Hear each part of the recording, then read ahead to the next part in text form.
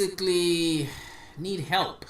They struggle financially, they struggle physically, and basically it's like a third world country in most of the areas over there. And we want to try to help them out too. So we got this Jewish entrepreneur known as Captain Sunshine. Remember that name, Captain Sunshine. Go Google it. Has surprising solution to power Africa. Amen. This notion that solar is expensive, that's old thinking. The holy grail of energy is in our hands. We are at grid party today. We are at grid parity today. What is grid parity today? Between renewables and conventional power. And the cost of renewables is only going down. Yeah, because the solar panels are super expensive. Just to get one solar panel, you got to spend like almost $300. And it goes higher from there. And basically, if you were to make your own, it's pretty cheap. I mean, the know-how to do it is pretty easy. If you know how to mess with the electricity and all that, the right currents and what you gotta do, it can get to a point where it's very simple to do. And what this guy is doing is amazing. On Monday, the Trump administration announced the U.S. would impose a 30% tariff on imported solar panels and washing machines. While some praised the move, many objected. Tariffs are taxes on families, said Senator Ben Sasse. You don't fix 8 years of bad energy policy with bad trade policy. Now, on this picture you see right here is a group of children, many orphaned after the Rwandan genocide, surround Joseph Abramowitz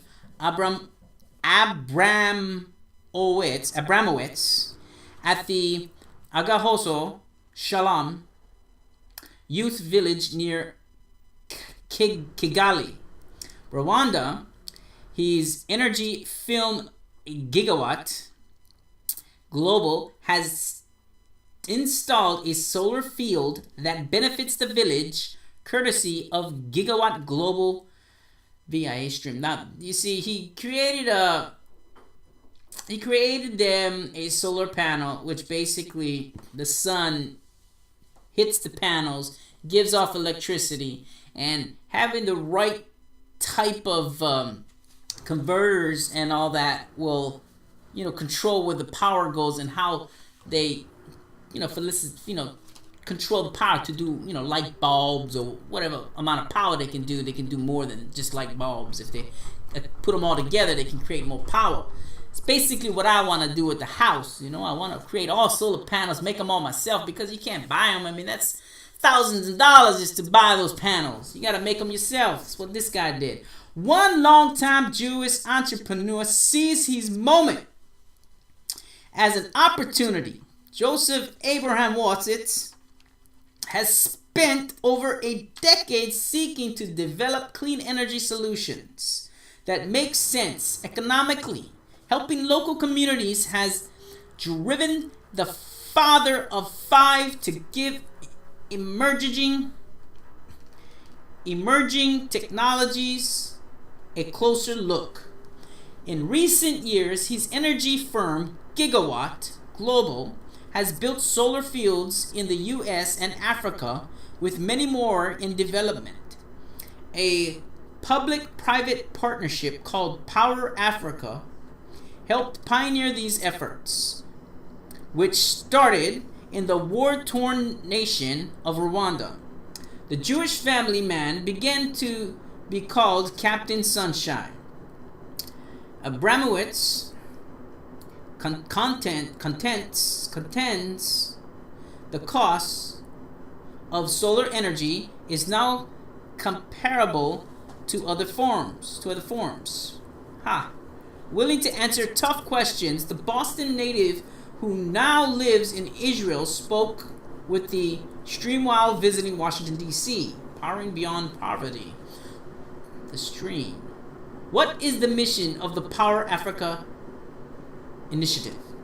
Joseph Abramowitz said, there has been a debate for decades. What is the best way to lift nations out of poverty? It used to center on foreign aid intervention, both charity and government aid. Those funds saved a lot of lives and helped a lot of people. But foreign aid hasn't really been transformative since the Marshall Plan in Europe. The US government, the World Bank, and others realize there is actually an unlimited amount of private equity in the world. That's capital looking to make more money. And there's only a limited amount of charity and foreign aid that can be given. Maybe there's a different way to help nations lift themselves out of the poverty by using whatever limited resources we have to de-risk certain markets. Then the private sector can come in with unlimited funding. That's the notion behind Power Africa. It's a leverage play with a little bit of government dollars to bring in billions in private sector money. We have to start by looking at jobs, education, and healthcare. Those are the key factors in elevating poverty. The central element that tends to be missing to advance all of them in electricity. Can you really have good healthcare without electricity?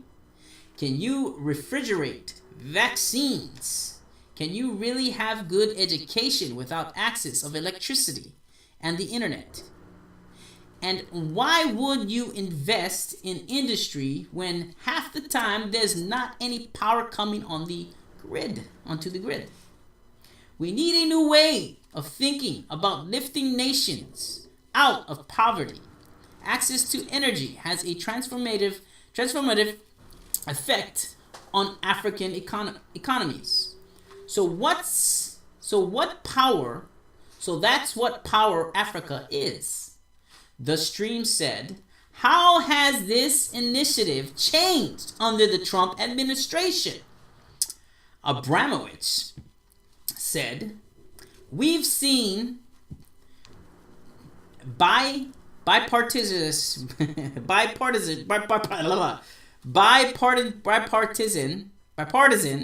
concern around poverty elevation. Both Bush presidents were very involved with Africa, such as the trade deal that passed and addressing the AIDS epidemic. President Obama sustained and even increased humanitarian efforts. Under the Trump administration, it's evolved. The word out of the White House is that President Trump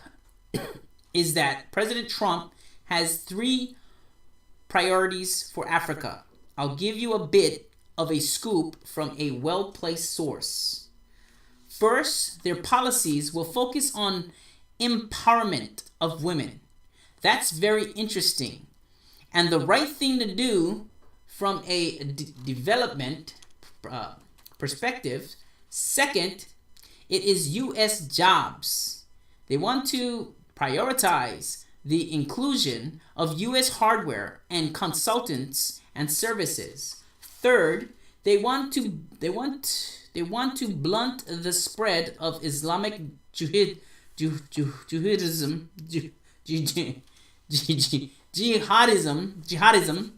on the contentment.